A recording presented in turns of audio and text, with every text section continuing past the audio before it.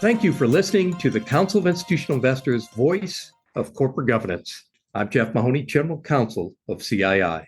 The purpose of these monthly episodes is to update CII members and the general public on significant developments in corporate governance and capital markets regulation and CII's related advocacy activities. This update covers the period from March 4th to April 1st, 2025. The following is my top 10 list of events over that period. Number 10, on March 17th, speaking at the Investment Company Institute's 2025 Investment Management Conference, acting U.S. Securities and Exchange Commission Chairman Mark Ueda presented a blueprint for restoring the Commission's rulemaking processes to the gold standard among regulatory agencies. Acting Chair Ueda argued that the Commission should return to a smoother regulatory course than the rapid changes that have been promulgated over the last 4 years, arguing that submitting thoughtful comments on rule proposals is even more challenging when the rule proposal is dense and the scope of the rulemaking is overbroad, and nearly impossible when the SEC solicits public comment on multiple proposals affecting the same stakeholders at the same time. Although he acknowledged that it is unlikely that every aspect of a commission rulemaking proposal will be deemed perfect by commentators, acting Chairman Ueda observed that some proposals generate comments that may affect important parts of the proposal, and emphasize that when significant changes to a proposal are contemplated, the SEC would be well served to make use of re-proposals to focus attention on those changes. Acting Chairman Ueda also stressed that proper economic analysis will help the SEC distinguish between approaches that are effective and efficient versus those that are effective but costly, and reported that the SEC is currently refining processes for ensuring that its estimates of burden inputs related to compliance, attorney, and other professional costs are as up to date as possible. Utilizing this framework for analysis, Acting Chairman Ueda argued that the SEC could consider options that include withdrawing or reproposing existing rule proposals, noting that his concerns with existing rule proposals are a matter of public record. Number 9, on March 27th, the U.S. Securities and Exchange Commission voted 2-1 to end the legal defense of its climate-related disclosure rules for public companies. The rules, which the SEC adopted on March 6, 2024, would have significantly expanded the climate-related information that U.S. public companies and foreign private issuers would be required to disclose in their periodic reports and registration statements. On April 4th, 2024, the SEC stayed the effectiveness of the rules pending completion of judicial review of various legal challenges against the rules, which were consolidated for review by the U.S. Court of Appeals for the Eighth Circuit. Following the SEC's vote, the staff of the SEC sent a letter to the court stating that the SEC withdraws its defense of the rules and that the SEC counsel is no longer authorized to advance the arguments in the brief the SEC had filed. Number 8, at his March 27th nomination hearing before the U.S. Senate Committee on Banking, Housing, and Urban Affairs, Paul Atkins, the Trump administration's nominee to chair the U.S. Securities and Exchange Commission, said one of his top priorities was to provide a firm regulatory foundation for digital assets through a rational, coherent, and principled approach. Mr. Atkins also complained that unclear, overly politicized, complicated, and burdensome regulations are stifling capital formation, while American investors are flooded with disclosures that do the opposite of helping them understand the true risks of an investment. Mr. Atkins pledged to reset priorities and return common sense to the SEC. Ranking member of the committee, Senator Elizabeth Warren of Massachusetts, sent Mr. Atkins a 32-page letter ahead of the hearing asking for answers to questions related to 7 topics, including 1, the SEC's independence and accountability, 2, rulemaking, 3, climate disclosure rules, 4, self-regulatory organization oversight, 5, private capital raising, 6, crypto regulation enforcement, and 7, oversight of public company governance and shareholder rights. In her line of questioning Mr. Atkins at the hearing, Ranking Member Warren highlighted several of his votes that supported loosening the reins on big investment banks in the run-up to the 2008 financial crisis. Ranking Member Warren listed 3 examples where she said Mr. Atkins showed staggeringly bad judgment. 1, when Mr. Atkins voted in 2004 to allow Lehman Brothers and Bear Stearns to reduce their capital buffers by 40%. 2, in August 2007, after the worst week for the American stock market in nearly 5 years, when Mr. Atkins said principles of regulatory restraint have been affirmed as the market has demonstrated a capacity to minimize and absorb systemic risk. And 3, days after Bear Stearns collapsed in March 2008, when Mr. Atkins said investors who wanted more regulation were wallowing in a period of irrational pessimism, and regulators must not stand in the way of investors and market participants sorting this situation out. Mr. Atkins asserted that he had not been wrong about deregulation. Ranking Member Warren pointed out that both the SEC's Inspector General and the Bipartisan Financial Crisis Inquiry Commission said the SEC's deregulation of investment banks contributed to the crisis. Ranking Member Warren said, "It's very dangerous to have you in charge of the SEC." Later, when being questioned about his actions before and during the 2008 financial crisis by Senator Raphael Warnock of Georgia, Mr. Atkins said the 2008 financial crisis was caused by, among other things, 3 factors. 1, underlying issues related to Freddie Mac and Fannie Mae. 2, over-leveraging in the securities industry. And 3, the SEC not focusing on what was important as a result of distractions and ancillary concerns. Ranking Member Warren called Mr. Atkins' financial conflicts of interest breathtaking, considering his $50 million consulting company, Potomac Global Partners, offers advice to banks, asset managers, brokers, exchanges, financial technical firms, and crypto companies on how to influence regulators. Mr. Atkins has agreed to sell the firm if confirmed. Ranking Member Warren urged Mr. Atkins to disclose who the buyers are and how much they pay so that we can make sure they are not just buying access to the future chair of the SEC. Senator Chris Van Hollen of Maryland asked Mr. Atkins if he would fold the Public Company Accounting Oversight Board into the SEC. Mr. Atkins said he would focus on ensuring the Public Company Accounting Oversight Board is not politicized and can perform its functions, and pointed out that a restructuring Public Company Accounting Oversight Board would require congressional involvement. Senator Jim Banks of Indiana asked Mr. Atkins if he thought ESG investments would make the nation's economy stronger. The nominee said he planned to get politics out of the financial markets and the SEC's interaction with the financial markets. Mr. Atkins also noted there were some out there who used other people's money to influence corporations through distortions of the corporate governance process. Mr. Atkins pledged to end this practice and put protections in place so money managers and others will be focused on actual investment strategies and not politics. Number 7. On March 5th, the U.S. Securities and Exchange Commission staff denied no action requests from Bank of America and Wells Fargo to omit proposals filed by the New York City Comptroller, Brad Lander, asking them to disclose their clean energy supply ratios. Goldman Sachs was denied a similar no action request on March 11th.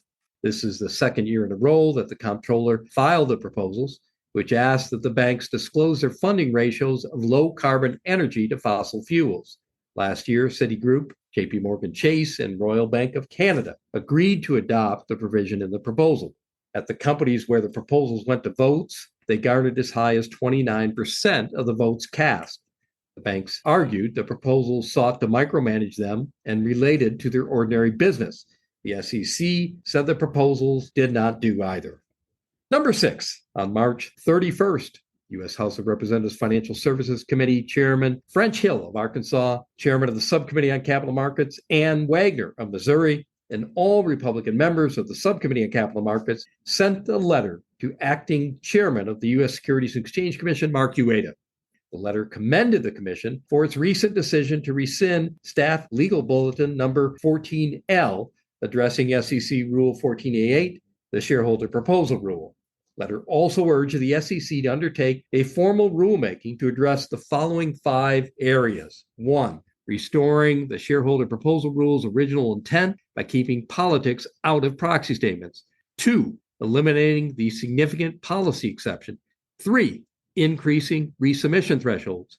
4. Enhancing oversight of proxy advisor firms. And 5. Ending robo-voting practices.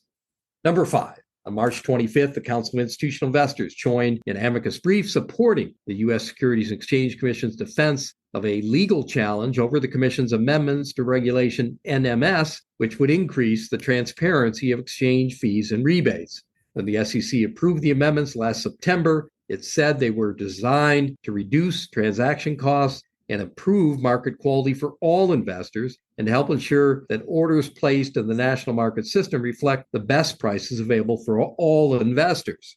In a March 30th, 2023 comment letter to the SEC, CII supported the Commission's proposed amendments to Regulation MMS that 1. Would lower the access fee cap, and 2. Ensure that exchange fees are set so the amount of the fee or rebate allocated to a particular trade would be known at the time of the trade. These 2 CII suggested provisions were included in the final amendments.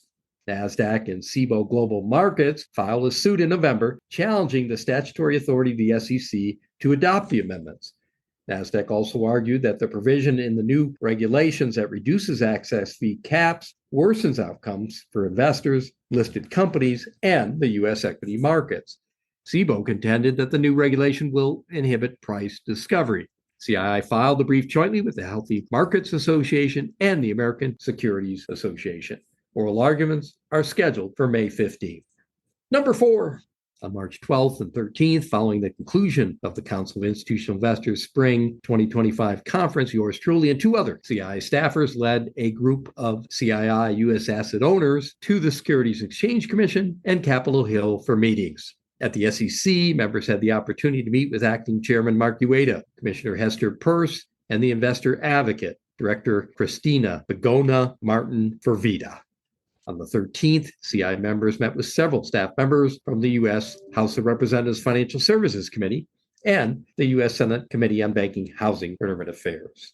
Members also had the opportunity to meet with the Deputy Chief of Staff of Representative Gregory Meeks of New York. Representative Meeks has long been the sponsor of the Enhancing Multi-Class Share Disclosures Act, for which CII has been the primary public supporter. The Enhancing Multi-Class Share Disclosures Act would amend the Securities Act of 1934 to require companies with multi-class stock structures to make certain clarifying disclosures in the beneficial ownership table of their proxy or consent solicitation materials.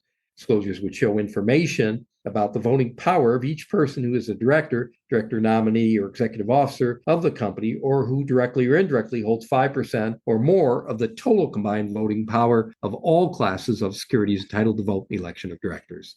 The Enhancing Multi-Class Share Disclosures Act was approved by the full House on a bipartisan basis in the last Congress, but was not considered in the U.S. Senate. During the SEC and congressional meetings, CII members generally focused on 4 key advocacy priorities. 1, proving disclosures of non-GAAP pay metrics in the proxy statement. 2, proving disclosures for multi-class stock companies. 3, proving end-to-end vote confirmation. And 4, explaining investor concerns about the potential for greater federal regulation of proxy advisory firms. Our members discussed the importance of these issues to long-term institutional investors and their beneficiaries and sought support where applicable for related legislation or rulemaking. Number 3, on March 31st, Council of Institutional Investors submitted a letter to the U.S. House of Representatives Committee on Financial Services. The letter was in response to a recent request of the committee seeking feedback on the committee's legislative proposals. CII's letter expressed support for the committee's discussion draft of the Enhancing Multi-Class Share Disclosures Act, sponsored by Representative Gregory Meeks of New York. CII's letter also respectfully requests that the committee consider a legislative proposal consistent with CII membership-approved policies to amend the Multi-Class Disclosures Act or pursue standalone legislation to require companies with multiple share classes to supplement the required disclosure of voting results to include voting results with tallies by class. Number 2, March 10th, the Council of Institutional Investors, U.S. asset owner members approved 2 policy amendments. The first policy amendment expands CII's existing policy on reincorporation, which provides that U.S. companies should not reincorporate to other countries where corporate governance practices are weaker. The new policy is not restricted to reincorporations. It recommends that companies should incorporate in jurisdictions with strong investor rights and protections and not reincorporate from one jurisdiction to another where the corporate governance structures are less robust. New policy also says companies should not adopt new articles of incorporation or bylaws that diminish investor rights and protections in conjunction with reincorporation. The second policy approved by CII members amends CII policies on board oversight and share owners' voting rights. The amendments address the proliferation of contracts and other arrangements that companies use to recreate the effects of dual-class stock without actually adopting multiple classes of stock with disparate voting rights, often referred to as stealth dual class. Amendments also urge companies not to adopt alternative structures or mechanisms that similarly misalign voting rights and economic ownership. Further, the amended policies discourage boards from entering into agreements that substantially reduce or eliminate their ability to independently oversee management of a corporation. Finally, the amended policies provide that companies with a structure or mechanism that misaligns voting or other governance rights and economic ownership should clearly disclose this information to investors. All CII policy amendments are approved by both the CII Board of Directors and the majority of the CII asset owners. CII solicited comments on proposed policies from all its members, regardless of membership category, before final adoption. While CII's policies are the best practices for corporate governance adopted by the membership, they are not binding on CII members. And my number one most significant U.S. corporate governance capital market regulation for the period from March 4th to April 1st occurred on March 26th, when despite opposition from CII, other investor groups, law firms, and legal scholars, Delaware Governor Matt Myers signed into law Senate Bill 21. Senate Bill 21 effectively provides a safe harbor for transactions in which a director or officer or controlling shareholder may have a conflict of interest. As a result of this legislation, corporate directors charged with reviewing conflicted transactions on shareholders' behalf will have an easier path to qualifying as independent. Shareholders will have fewer opportunities to vote on certain proposed mergers involving conflicted controllers. Yours truly traveled to Dover, Delaware twice in March to support efforts to urge state legislatures not to support the legislation. CII filed testimony with Delaware's House Judiciary Committee March 19th. On March 25th, yours truly responded to questions about proposed amendments to the bill posed by a state legislator. Previously, CII sent a letter March 18th with the Managed Funds Association to the chair of Delaware's Senate Judiciary Committee, and another letter on March 6th to sponsors of Senate Bill 21 and to the Delaware governor. Legislation was drafted by a team of lawyers, including former Delaware Court of Chancery Chancellor William Chandler, now a lawyer for the corporate law firm of Wilson Sonsini. Former Delaware Chief Justice Leo Strine, now a lawyer for the corporate law firm Wachtell, Lipton, Rosen & Katz, and the law firm of Richards, Layton & Finger, a firm that represents Tesla. Delaware's governor and legislators pushed the bill through the legislative process quickly, saying they feared not doing so would prompt more companies to leave the state. However, no credible evidence was ever presented to support the proponents' repeated claims that hundreds of companies plan to reincorporate out of Delaware. The hasty manner in which the bill was drafted and proposed deviated from Delaware's usual deliberative process. Delaware is corporate home to 2.2 million registered entities and incorporated 81% of U.S. IPOs last year. More than 60% of Fortune 500 companies are incorporated in the state. Delaware's corporate franchise represents more than 1/3 of Delaware's state budget at roughly $2.2 billion. Under the new law, which revamps Delaware's general corporation law, some conflicted transactions will have to be approved only by a committee with a majority of disinterested directors selected by the controlling stockholder. That committee will not be responsible for negotiating the transaction, and a 3-person committee can have a family member of the controller on the committee and still eliminate any judicial review. Another provision in the law says a director is deemed independent under stock exchange rules would be presumed disinterested unless strong, particularized evidence proves otherwise.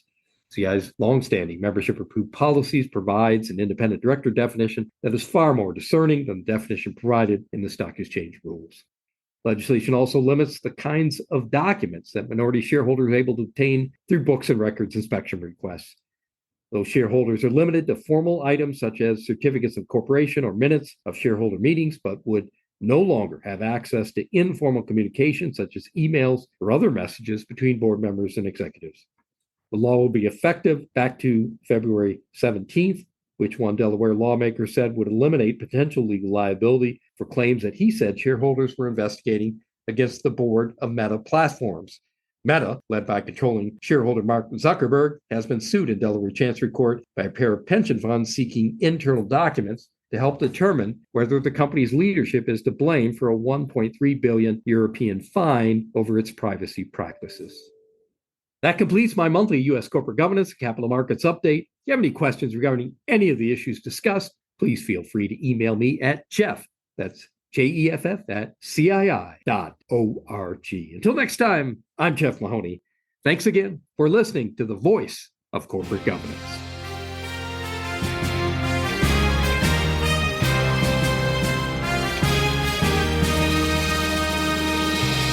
Thank you for listening to this episode of The Voice of Corporate Governance, brought to you by the Council of Institutional Investors. The Voice of Corporate Governance is a free, non-sponsored podcast that highlights critical developments in corporate governance and other important issues affecting institutional investors.